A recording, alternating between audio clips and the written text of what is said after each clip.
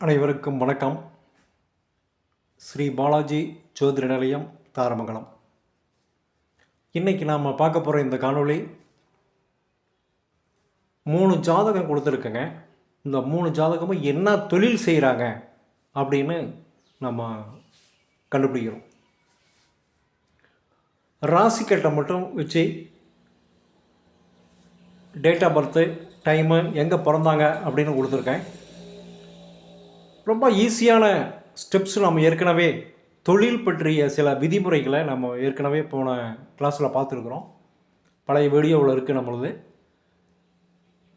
அதனால் இந்த 3 ஜாதகர்களும் என்ன செய்கிறாங்க, என்ன தொழில் செய்வாங்க அப்படின்னு, என்ன தொழில் செஞ்சாங்க அப்படின்னு நம்ம பார்க்க போகிறோம். முதல் ஜாதகம் பாருங்கள். லக்னம் மீன லக்னம், ராசி மீனராசி, குருவனுடைய வீடு. லக்னம் ராசி ரெண்டுமே குருவனுடைய வீடு.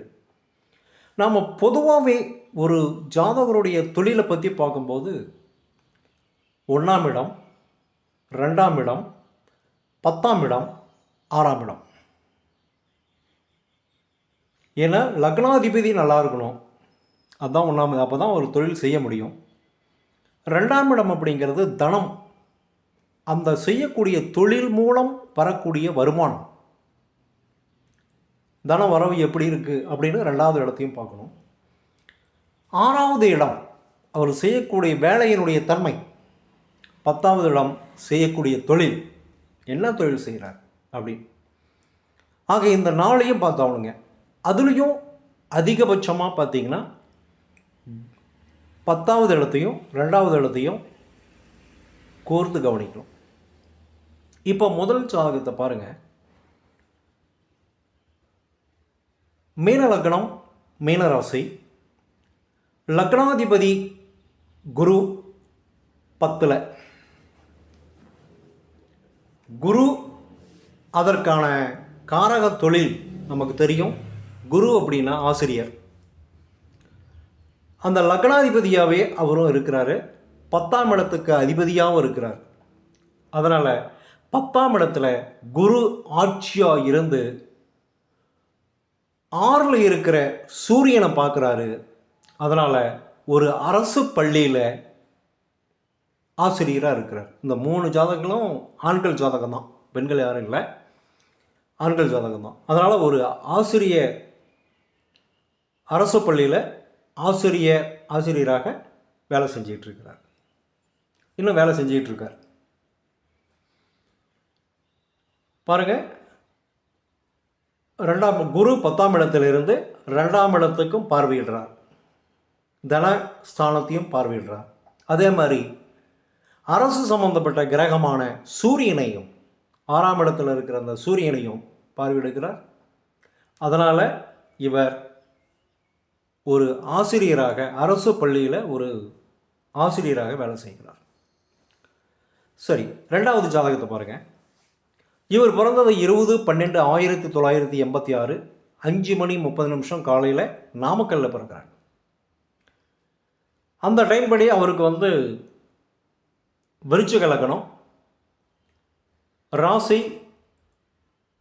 கடகராசி. விருச்சிக லக்னம் கடகராசியாக வருது. அந்த விருச்சிக லக்னம் லக்னாதிபதி எங்கே இருக்கார் பாருங்கள். 1 2 3 4 4ல் இருந்து 10ஆம் இடத்தை பார்க்குறார். குருவோட சேர்ந்து 10ஆம் இடத்தை பார்க்குறார். 2ஆம் அதிபதியே இங்கே குரு வரார். 2ஆம் அதிபதியாகவே குரு 10ஆம் இடத்தை பார்க்குறார். அதனால் இந்த 2க்கும் 10க்கும் தொடர்புடைய குரு இவருக்கு ஆசிரியர் தொழிலை கொடுத்தது. 2ஆம் இடத்துல சூரியன், அதிக 10ஆம் அதிபதி 2ல், 10ஆம் அதிபதி 2ல் தனஸ்தானத்தில். தனக்காரகன், வாக்குக்காரகன், ஆசிரியர் தொழிலை குறிக்கக்கூடிய அந்த குரு பாருங்கள் 4ஆம் இடத்துல சுகஸ்தானத்தில் இருந்து அப்படியே 10ஆம் இடத்தை சிம்மத்தை பார்க்குறார். அதனால் இவருமே ஒரு அரசு மேல்நிலைப் பள்ளியில் பட்டதாரி ஆசிரியராக இன்னும் வேலை செஞ்சுக்கிட்டு இருக்கார். மூணாவது ஜாதகத்தை பாருங்கள். 5/6/1963 இந்த வருஷம் தான் அவர் ரிட்டையர் ஆகிட்டார். பிஜி அசிஸ்டண்ட்டாக இருந்து ரிட்டையர் ஆகிட்டார். 5/6/1963 2:10 விடிய காலையில் சேலத்தில் பிறந்திருக்கிறார். இவருக்கு வரக்கூடிய லக்னம் மேன லக்னம், லக்னத்திலேயே குரு,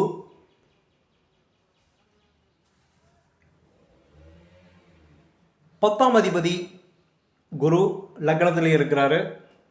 அதனால் இப்போ குரு 10ஆம் இடத்துக்கு தொடர்பு ஏற்பட்டுச்சு. 2ஆம் அதிபதி பாருங்க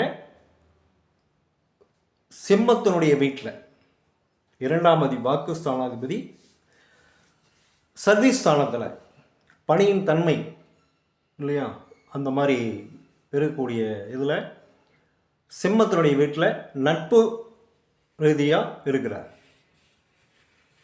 குரு 10ஆம் அதிபதியாக இருந்து லக்னத்தில் இருக்கார். அப்போ குரு 10ஆம் இடத்துக்கு தொடர்பு ஏற்பட்டுருச்சு. 2ஆம் அதிபதியாகவும் செவ்வாய் இருக்கிறார். அந்த 10ஆம் அதிபதியை 2ஆம் அதிபதி செவ்வாய் பார்க்குறார், தன்னுடைய 8வது பார்வையாக பார்க்குறார். அதனால் இவரும் ஒரு மேல்நிலை பள்ளியில் முதுநிலை ஆசிரியராக இருந்து இந்த வருஷம் தான் அவர் ரிட்டையர் ஆனார். இப்படி இன்னும் சில ஜாதகங்கள் இருக்குது. அடுத்தது நம்ம இது எல்லாமே ஆசிரியர்களுடைய ஜாதகம். அடுத்து வரக்கூடியதெல்லாம் கலந்து கொடுக்குறோம். அப்போ தான் உங்களுக்கு கண்டுபிடிக்கிறது ஈஸியாக இருக்கும். வேறு ஏதாவது டீட்டெயில் வேணுனாலும் நீங்கள் கமெண்ட்டில் நீங்கள் சொல்லலாம். இனி வரக்கூடிய வீடியோக்களை தயவு செஞ்சு கொஞ்சம் சப்ஸ்கிரைப் பண்ணுங்கள். ஏன்னா இனி ரெகுலராக தொடர்ந்து இந்த மாதிரி இருக்கிற வீடியோ போடலான்னு இருக்கேன். தொடர்ந்து ஆதரவு கொடுக்க உங்களை அன்போடு வேண்டுகிறேன். நன்றி, வணக்கம்.